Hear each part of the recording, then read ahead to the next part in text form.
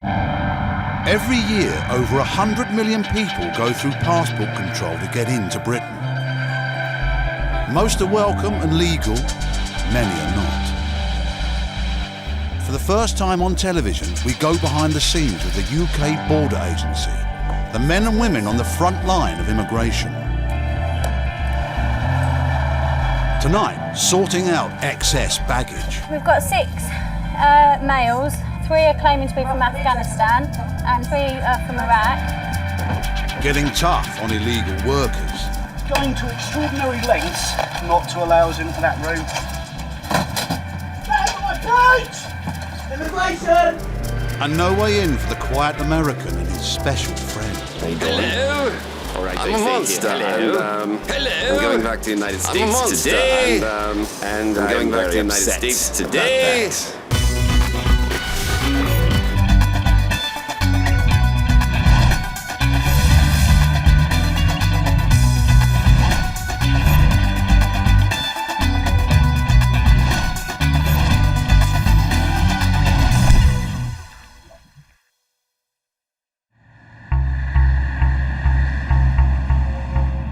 Heathrow is one of the busiest airports in the world. At Terminal 3, there are 50,000 passengers arriving every day. Next, please. How long will you all be staying for? There you go. Thank you. Most have a legitimate reason to come into the country. Thank you, madam. Okay, thanks very much. It's down to the immigration officers at the desks to spot those who don't. Officer Neil Newbury started working at Heathrow after doing a maths degree. Today he stopped a student returning to Britain after a trip home to India. But the border agency suspect Mr. Singh's college in London may be bogus. When you get these sort of letters confirming, yes, the student is studying here, yes, he can go on holiday for this amount of time, it's usually printed out on a better quality paper if it's a genuine letter. I mean, I could probably print something like that up myself, given a little bit of time on my own computer. So it's not looking great for him at the moment, if I have to be totally honest. Officer Newbury wants to find out what the passenger is doing in the UK. He starts by checking Mr. Singh's luggage for clues. You work here? Where do you work? At Tesco's. What do you study, sir? Computer science. Okay. I found a lot of information about his studies, a couple of quite large textbooks, so that's a lot of things in his favour. At the moment, I'm sort of changing my mind. I'm thinking he may be genuine now, because he's certainly got the work with him to confirm that he has been studying here and is intending to complete his qualifications. But it's time to dig deeper. Officer Newbury must make sure Mr. Singh is sticking to the rules. As a foreign student, he's only allowed to work a maximum of 20 hours a week. You say you also work in the UK? Oh, yeah. As where do you work and what do you work as? Tesco's. Nights. What does a night shift involve? What hours? It's basically one night shift is 7.5 hours. So in total it's 15 hours. Okay, if you'd like to follow me, please. Before giving Mr. Singh the all-clear to enter the UK, Officer Newbury must be sure he's telling the truth. Gov.uk. He gives Tesco a call. Yes, he's returned back to the UK from a holiday abroad, and we just want to confirm with yourselves his hours of work and how long he's actually worked for you. 36.5 hours. Okay. Even if he is actually attending his college on a rare occasion, the fact is Tesco's have confirmed he's doing 36 hours a week work for them, and as a student he can only work 20 hours a week. There's no way around that. So, yeah, he's in a bit of trouble there. Okay, Mr. Singh, come over here, please, sir. I'll ask you a few more questions, okay? You'd like to follow me, please. You've already told me you're aware that you can only work 20 hours as a student. In fact, Tesco have told me that you've been working 36.5 hours a week. It's only possible because that's a night shift. So it doesn't sound like you're studying to me, to be honest. Do you now know what will happen to you? You've broken the conditions of your study visa, so your visa will be cancelled today. Whatever you want me to do, I can. There's nothing that you can do now, sir. There's actually no university in whole India. You should have thought about that before you started working full-time in this country. He's obviously very desperate to stay here. He's saying he wants to complete this course. Obviously, he's extremely desperate to do that, but I'm afraid for me it's going to fall on deaf ears, because he had his opportunity a little while ago to come clean to me when I asked him the first time. He's had his opportunity again to come clean with me, and he didn't. He lied to me twice, and I cannot sympathise with someone like that, because he lied to me. Mr. Singh must wait before finding out if he can enter Britain. It's the Chief Immigration Officer who will confirm this final decision. I think on balance, the fact that he has worked in breach, I think For the last year. significantly enough to go down the change of purpose route. No, unfortunately, you can't work here solely to support your studies. Genuine students are meant to fund their education from their sponsorship or from other sources, and they can't just work in the United Kingdom to fund their education. Okay, I've spoken to the Chief Immigration Officer with regards to what you've told me and what Tesco's have told us, and we decided to refuse your entry to the United Kingdom today and cancel your visa, okay? There's no chance. Afraid not, no. You've worked in breach of your visa conditions. There's no way back from that, I'm afraid. Working full-time weekly can generate a lot of money, which can then be converted into a lot of money in their country. So there's a lot of money at stake. If we had the time to actually sit down and really question and thoroughly examine every single student that comes through our borders, I think we'd find an awful lot of them that aren't actually studying here or aren't actually meeting their conditions of their visa. Unfortunately, with the amount of people we have coming through just this terminal alone, there's absolutely no way we can catch every single person. Mr. Singh spends the night in detention before boarding the first available flight back to India. Coming up, the enforcers go after illegal workers in the Isle of Wight. You came in without your own passport, so you entered the UK legally. Trucks carrying excess baggage in Calais. It sounds like we've got another one further in who's actually crouched within a load of plastic. And in Terminal 3, difficult questions for the American who wants to marry an EU national. How long have you been together? Ooh, man, y'all, God. I ask some personal questions, man.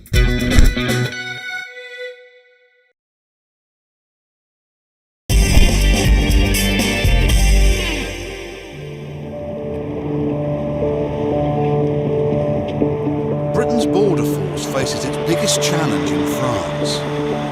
Every day, almost 5,000 vehicles cross the Channel from Calais.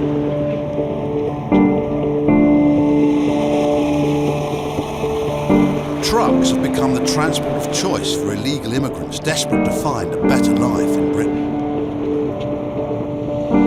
Known as clandestines, in 2007, nearly 12,000 of them were stopped by immigration officers here at Calais. It's midnight. And on the front line tonight is Officer Emma Hogben. She's using a probe which reveals human breathing. 30. Tonight's really busy, so we've got a lot of traffic coming through and a lot of sailings. Each berth tonight has got about 4 sailings each, so I think each ferry holds about 120 lorries. We've got a lot of freight traffic coming through tonight. All we're doing now is we're probing all the soft-sided vehicles with the CO2 units to see if we get a reading. They measure the amount of carbon dioxide that's in the vehicle. So the lower the reading, the less carbon dioxide there is. And obviously the higher the reading, the more there is, which would indicate to us that there's a possibility of people being inside the vehicle. If we get a reading, then we'll have to open them. Officer Hogben is not the only one involved. Other search teams are also at work. And they might have just found something. You're right in there. We've got 2 colleagues in there at the minute. There's about 6 people they think they've got, but they're right at the front of the vehicle. Ooh! Clandestines are usually friendly. Hello. Hello. Oh, where rarely are you from? aggressive or threatening. Speak English. Yes, why not? Where are you from? I'm from Afghani. Where? Afghan.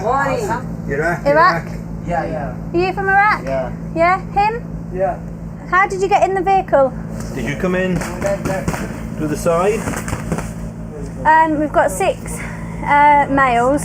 3 are claiming to be from Afghanistan and 3 are from Iraq. And what we'll do is we'll take photos of them in situ, and then we'll get them out one by one where they'll be detained, so we can serve papers on them.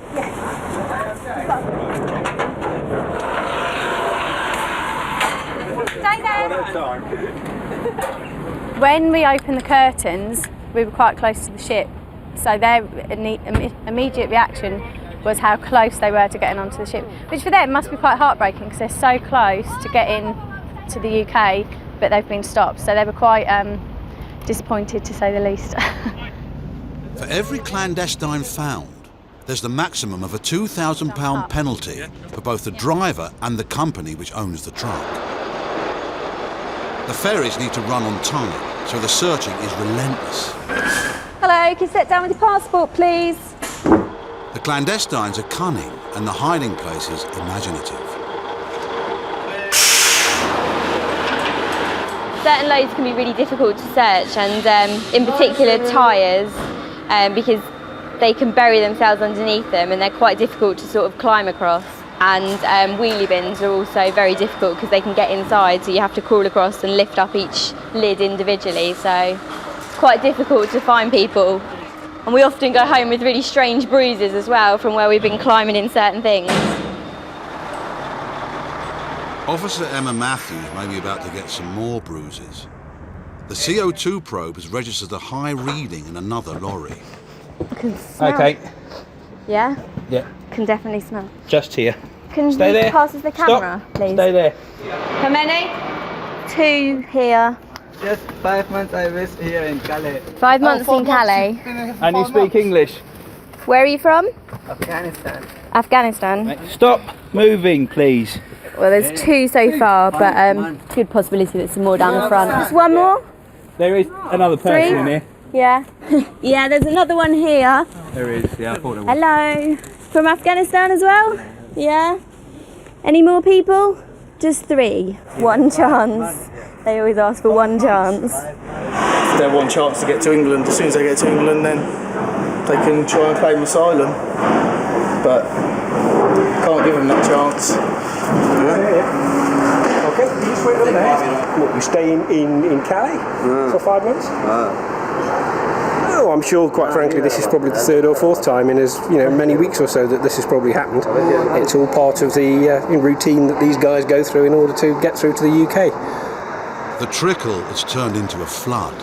More Afghan clandestines have been found in another truck. So 3 people? 3? It sounds like we've got another one further in who's actually crouched within a load of plastic. Basically, they're just rummaging to see if they can find some more. Oh, mate. Thank you. 1 chance. No. Stop asking. Why? Because. Come down, please. 1 chance. No. This way. I think it's a bit too much of a coincidence that within 10 minutes, till we get 2 lorries with 3 Afghanis in each, they'll be handed over to G4S to mind them while we finish the paperwork, and then they'll be taken back over to the French authorities and removed out of the control zone. So far tonight, the team have stopped 12 people from crossing the channel illegally. But not every truck is stopped. No one knows how many clandestines get through undetected.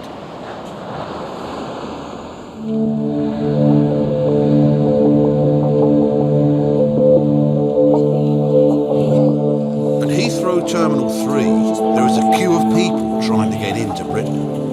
Officer Tim Wetherell's been working these passport desks for 3 years and does things by the book. He stopped a man from Chicago who says he's here to spend time with his girlfriend. An American who is a basketball player. He's coming to the UK for 2 months. He has a Portuguese girlfriend here who he says he's coming to see. When I asked him what exactly he's going to be doing in the UK, he just said working out.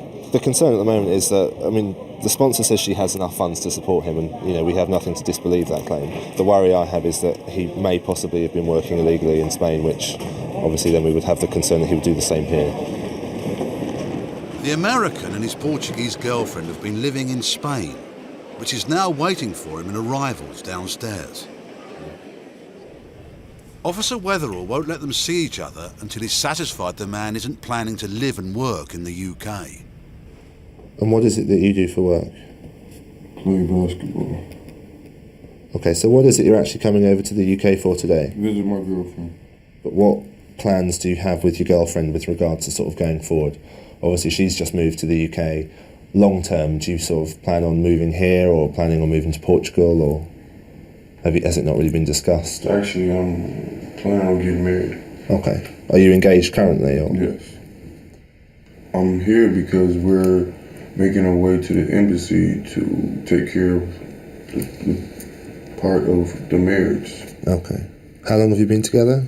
Yourself and your girlfriend? Ooh, man, y'all, God. Asking personal questions, man. Well, I mean, that's related to whether or not you'd be allowed to marry in the UK. That's why I asked. 2.5 years. Okay. In order to get married in the UK, you're required to have a visa before you come here. A marriage visa? Yeah. The fact that obviously you've stated you're planning on getting married and you don't have the visa that you required prior to coming here may result in you being refused leave to enter into the UK today. Okay? That's not a decision that's been made yet. That's nothing, but I'm just making you aware that's sort of the worst case scenario. Okay, you understand that? I don't think he's sort of been trying to deceive us at all. I don't think he's sort of tried to not tell the truth, but I just think he seems sort of quite naive. He wasn't aware of the fact that he needed to have this entry clearance, which he hasn't got. Unfortunately, I'm happy that he's been telling me the truth during interview. So yeah, as I say, I think it's sort of naivety rather than sort of any deception that's gone on here. The decision to allow or refuse the American entry will be made by Officer Weatherall. But first he will consult the Chief Immigration Officer. So the bottom line is, he's coming here not as a visitor, he's coming to get married. Yes. Plans after that are still up in the air. Still up in the air. He said that mainly they're probably looking at going back to Spain. Why bother coming here, getting a job, and why bother getting married here? If in the end staying in the UK isn't part of the plan.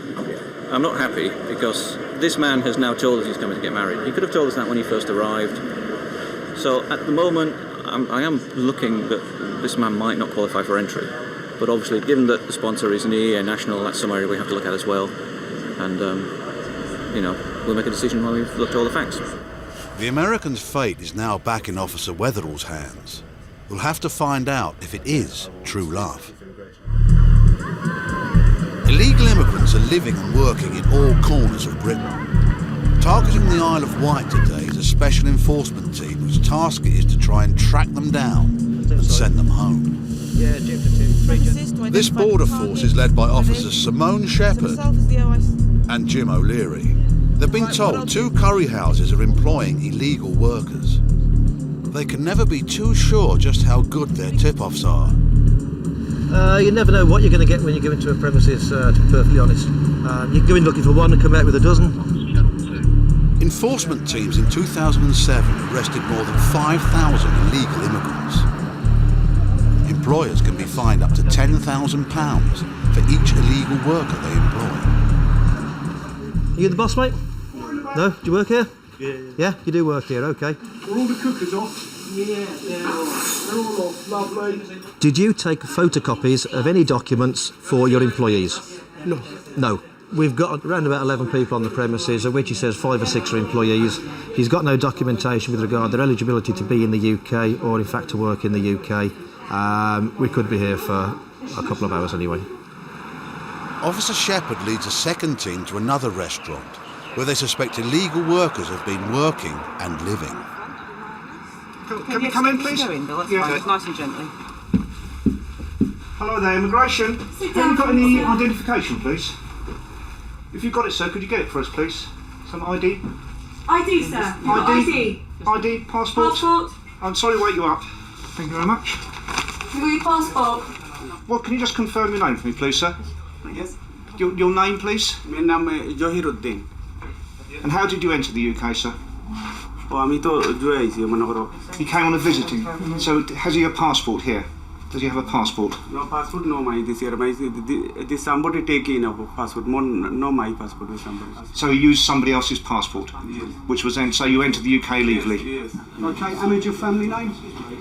At the first restaurant, they found 2 workers with out-of-date visas. You've told me that that last year you got a visa to visit the UK for 6 months. And that was last May. But therefore, I am satisfied that you have entered the United Kingdom illegally. I'm arresting you on suspicion of being an illegal immigrant in the United Kingdom. And I am arresting you at this time on suspicion of overstaying your visa. You do not have to say anything, but it may harm your defence if you do not mention when questioned something you later rely on in court. Do you have any possessions on you, sir? Can you empty your pockets and put them on the bed for me, please? But you're working downstairs as well, aren't you? No, just sometimes. Just sometimes. How many hours do you work a week? I've got permission about 16 hours, but I'm not working last 6-7 months. I didn't work anything. Oh, so you just live here? Yeah, just live. So do you have a copy of your passport or anything? No, sorry, I'm really sorry about it. And this is all your money, is it? Yes, sir. But you're not working? Right. We've done our Home Office checks. One of the gentlemen is an overstayer, which means he's no longer got any leave to be in the UK, so he is removable. So he's already been arrested and he'll be coming with us to the police station. The other gentleman has admitted to being an illegal entrant, so he's been arrested as well, and he'll come with us for that interview. So we're going to sit them in a little room out the way a moment while we go and see if we can find some documents for them in their bedroom. With the overstayer, hopefully if we find his passport shortly, he'll be removed back to Bangladesh. Well, I have his passport, which means he will be going home. I got your passport was in your jeans, wasn't it? Yeah. I'll just put those Thank in there. you. But this search for illegal workers has taken a more sinister turn. One the officers cannot ignore. What we found here, we found some DVDs. There's one of these that may seem slightly concerning. I don't know the nature of the DVD. I don't know whether it's promoting or it's against terrorism, but obviously the DVD itself looks to be of some concern to us, so we'll need to have a chat with the gentleman and perhaps refer it on to police or to special branch in order for them to take it further if they deem that necessary. 2 illegal workers from each restaurant were arrested. One will be immediately deported back to Bangladesh, while others will be temporarily released while their travel documents are sorted out. Both restaurants will be issued with a formal warning and face a fine if it happens again. Coming up, at Heathrow, the course of true love doesn't run smooth. So I won't even get to see my girlfriend. There is a chance that you won't get to see her, no. I'm not going to lie to you, because she can't come up through security this way. The clandestines cut up rough. Stay down! Stay down! And caught by a lie, more illegal workers. Where are you studying? In London. And where are we now? On the Isle of Wight. So how are you studying in London?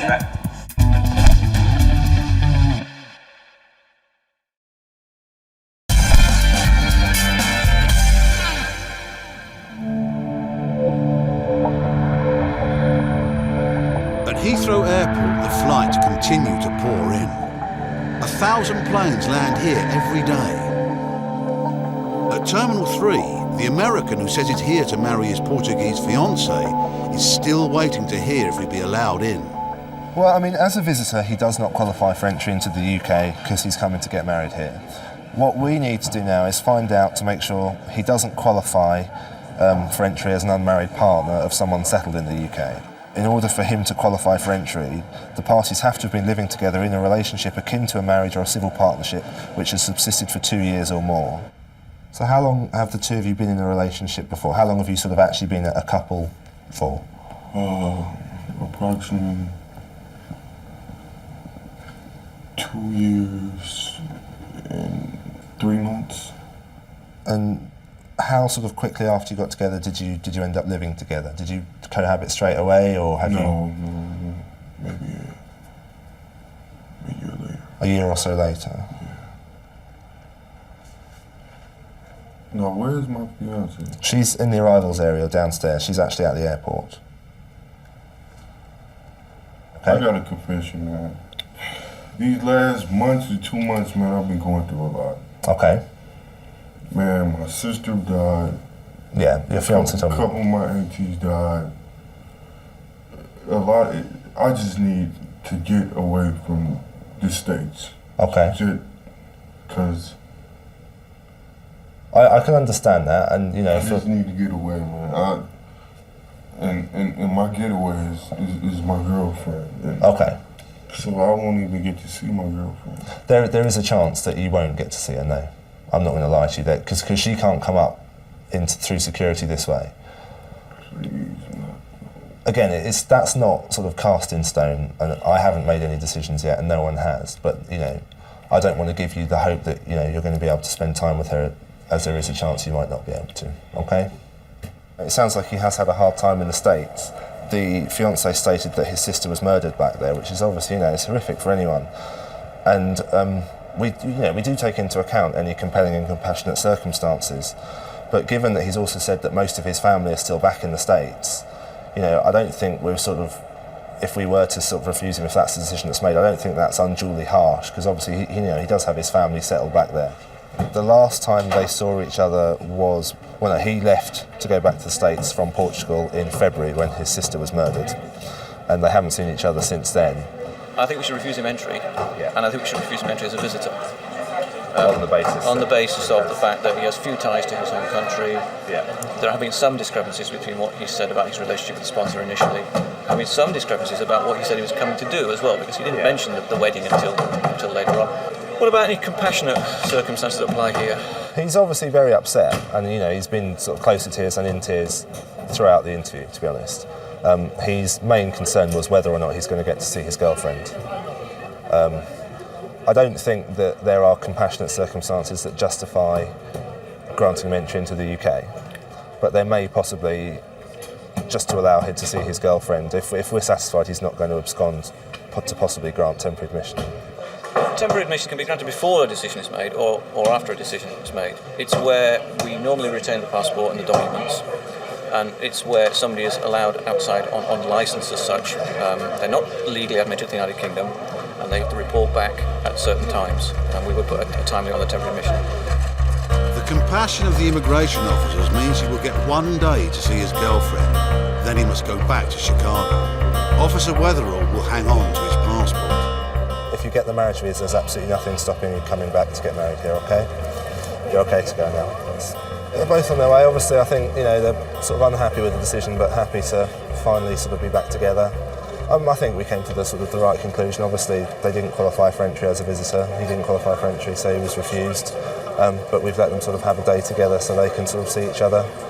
When he applies for his marriage visa, assuming all's well, then he'll be sort of, you know, fine to come back here and they can get married and decide where they want to live. So that's the end of that for now.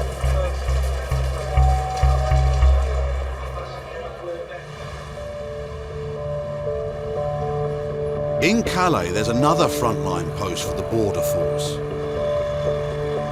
Clandestines trying to cross the channel illegally can also stow away in trucks heading for the Heathrow Terminal. Right, sir, can you step down with your passport for me, please? You all clear?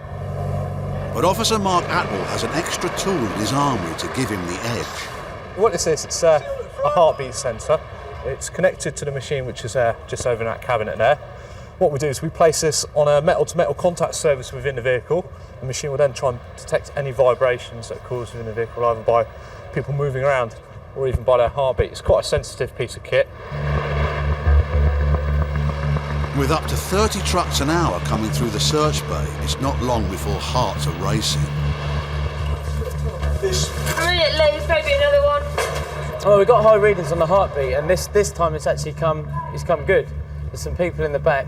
If you have a look at the readings, that's where you can sort of see that they're sort of true readings. They all look very similar.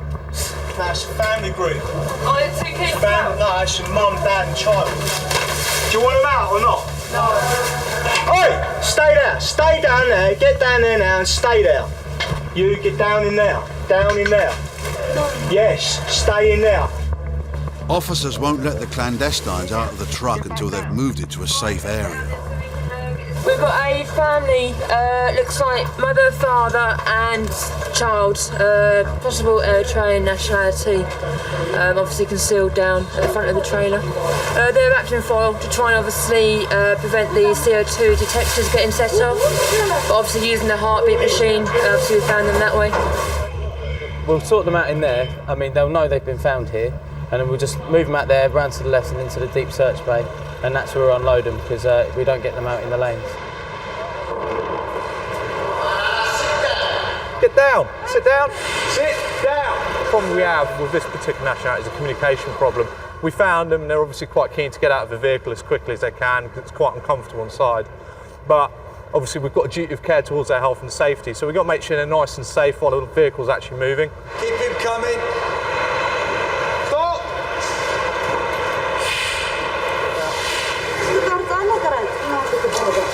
So this is sort of four? Four so far. Papers. You've got French papers? What was it? 4 people so far. I believe there's a 5th in there, but I'm a bit agitated at the moment, so it's a bit of a delicate situation. Back right hand corner, you reckon? Yeah. One more! Okay, I'm coming. Where are you from? Where are you from? Stay there. You stay there. No camera, you know? You stay there. Hey! Stay there. Hey! No! Camera! Stay down! Stay down! The man's anger at the presence of the camera is a concern to the officers. If ever there's a risk of danger, they withdraw and contact the French police. We've got to think about our own safety and about the safety of illegal immigrants. So at that stage, we decided to withdraw out of the vehicle.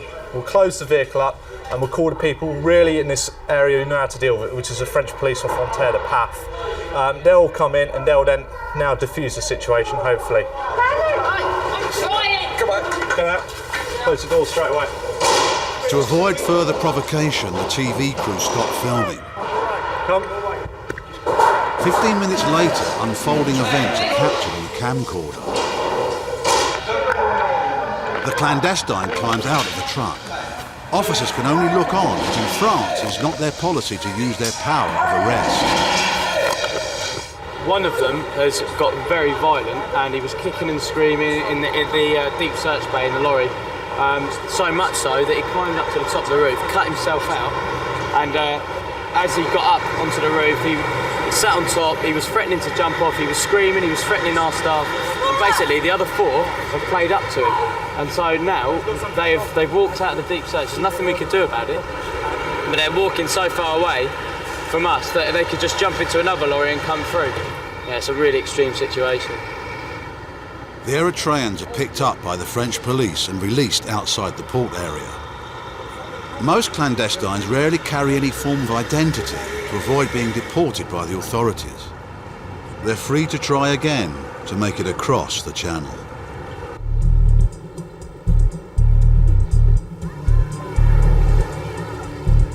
In the Isle of Wight, the enforcement team is on the move again. This time they've been tipped off that a hotel is employing illegal workers. We've got a warrant for the premises. Is it possible to speak to the manager? Hi, it's immigration. If you'd like to step that way, we're going to have a word with you. Do you speak English? Hi there. Do you work here? Oh, you work here, don't you? Yes. Can you come downstairs and speak to us? From immigration, we're speaking to everybody on the premises. The team find 5 workers. 2 of them from Swaziland, who have been in the country longer than they should have. Write down your name for me, please. Your visa ran in November 07. 07. 07. Yeah. It's 2008 now. Yeah. Where is it you're studying? In? I'm studying here. Where are you studying? In London. Usually In London? Yeah. And where are we now? On the Isle of Wight. So how are you studying in London? Pardon? You used to go there sometimes. Are you studying in London now? At the moment I'm not in London. No, you're not in London, no. Okay. We haven't got any record of either of your new applications. 2 overstayers. They should have left the UK last year and the year before actually. So they overstayed, they're leaving the UK and we will be looking to remove them back to Swaziland. The hotel is run by a husband and wife team. But the wife is away and has the key to the office safe, where one worker claims her documents are locked away. And yes, what's your name? Okay. Do you can spell it? Violet. Violet. You're living on the premises here. Okay, so you've got a room upstairs, have you? Yeah. So is your passport in your room? No. So the manager's got it. Have you got any other form of identification? Everything is in the office. In the rooms? No, in the office. In the office? Alright. So have you lived in Russia before? Yeah, not quite a bit. Right. Have you ever had a Russian passport? No? You weren't born in Russia or anything? Huh? You weren't born in Russia? My mom, it's... Your mum's Russian, but you're Lithuanian. Lithuanians are part of the accession state, so are entitled under certain circumstances to work and reside in the UK, exercise treaty rights. Russians are not. Russians are still a nationality that require permission to be in the UK and permission to work. The officers need proof the woman is Lithuanian. She says her documents are in the safe, so they go to check her room. She doesn't seem to have a key to that either. Oh, so this is your room, is it? Yeah. So where's the key? It's in the office. There it was in this board with one small teddy bear and the key sticks. I don't know. It's on the big bunch of keys? And that board, it was in the office. Yeah. On the big bunch? And that big board. On the board? Wait, there is one big board like that. And it's not there now? So there is no, I don't know, maybe someone take it. Okay, wonderful. Let's go back. She's telling us that all her documents are in the safe. We can't access the safe. There's the issue of the lost key, which just seems a little too convenient when you tie it in with the whole nationality issue. So they're going to get into her room. We can't find the key. We've given her lots of opportunities to give us the key. We can't find it, so they're going to make a forced entry into the room, see if there's anything in the room that might establish either way. At the moment, that's the problem, is we can't establish one way or the other. Stand on my bridge! Immigration! There you go then. Coming in. Okay, we'll take your whole wallet actually. Have you got anything else in here What about? that might prove who you are? Yeah, I'll show this account letters. Okay. You haven't got a photocopy of your passport anyway? Photocopies? Yeah. It's all photocopies they make for me and we take in the office. This is my sister. Right, so that's all in the office as well. You've definitely got nothing else in here. You see, unfortunately, Violetta, if we can't prove who you are, you might have to come to the police station with us. Go on, there you go. We'll go back round the front. You can't prove to us who you are. Okay, so we can't prove you're Lithuanian. So I'm going to arrest you on suspicion of illegal entry, and we're going to go to the police station. Okay, you don't need to get upset. Okay. No, but for what? We can't prove 100% that you're Lithuanian. Okay. So we're going to arrest you now and take you to the police station, and we're going to sort it out there, where we can sort it out much easier. So I'm going to arrest you now on suspicion of illegal entry. Good to go there. She seems quite sincere, but there's too many cases where we come across, you know, they've been sincere and it's not the case. I mean, you need hard proof. You can't go on your feelings, really, unfortunately. The woman is the fourth member of staff arrested. As the officers search her room more thoroughly, they find a Lithuanian passport after all. But it's not hers.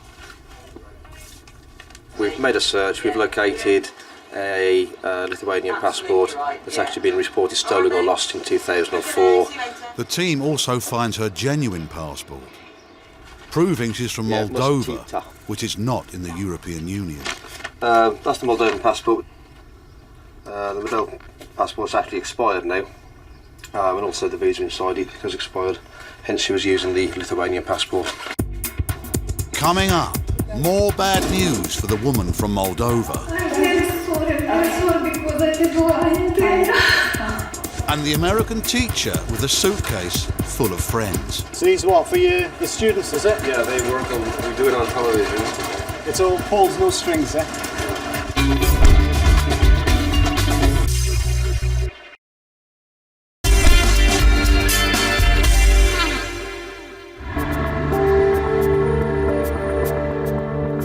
Immigration officer Steve Hassler has been helping to man the border at Terminal 3 for 2 years. He stopped a passenger from America who's come to London to do some teaching, but he doesn't have a work permit.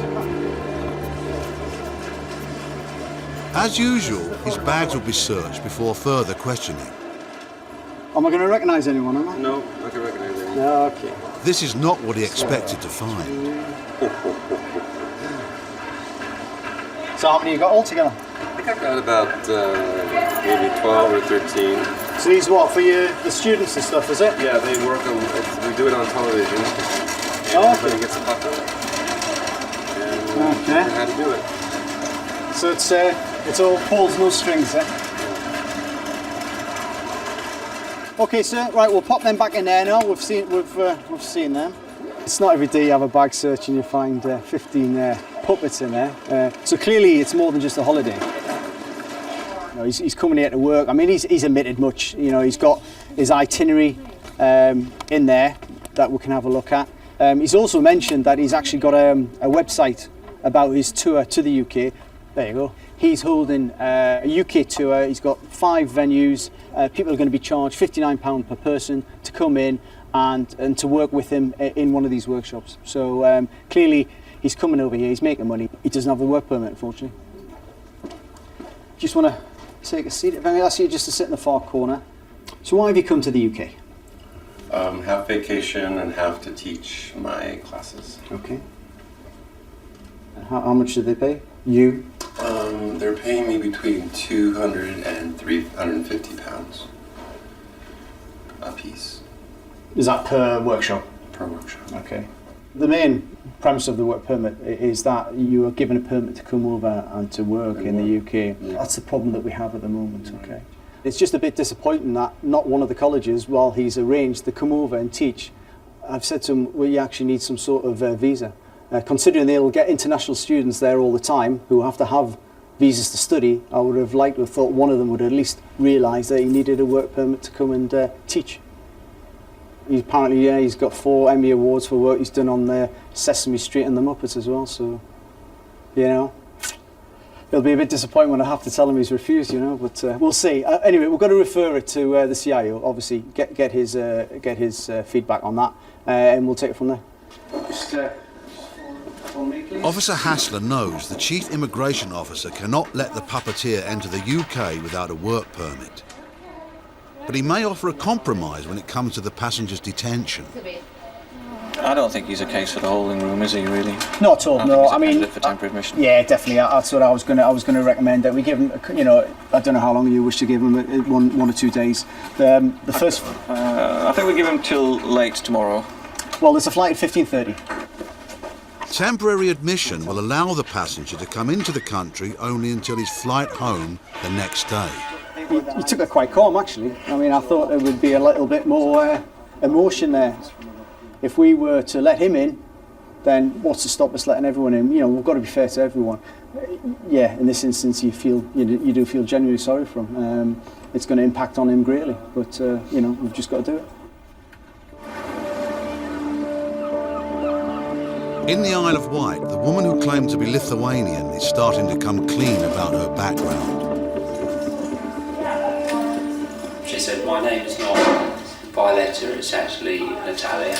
And she came out with the details, which we'd already ascertained from a Moldovan passport, which we suspected was her, and she just confirmed that. Whereabouts were you born? Moldova. She's told us that she doesn't want to go back to Moldova, and the reason she's come over is because something was hurting her over there. She's obviously very, very upset about the whole situation. So we'll treat her nicely, we'll have a chat with her in a minute, and look to remove her back to Moldova. I'm very sorry because I did lie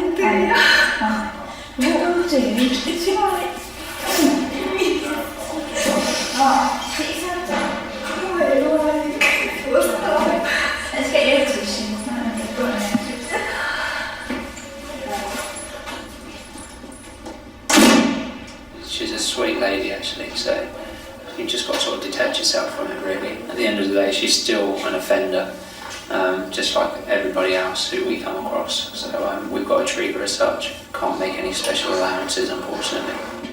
The woman will be sent back to Moldova. Get in, watch your head. 2 workers are removed to their homelands, Swaziland and India.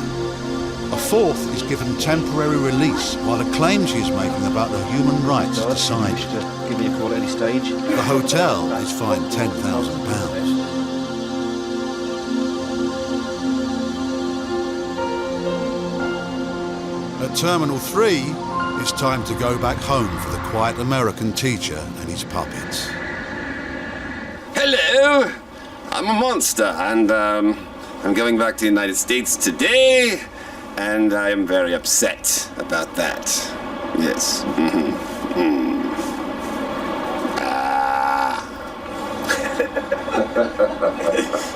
was going to teach the teachers how to use me for ESL, which means English as a second language, and also for therapy and all sorts of things like that. But of course, I'm not going to be doing that. Oh, it's so sad. Oh, it's so sad. All the kids that won't be able to laugh. Oh.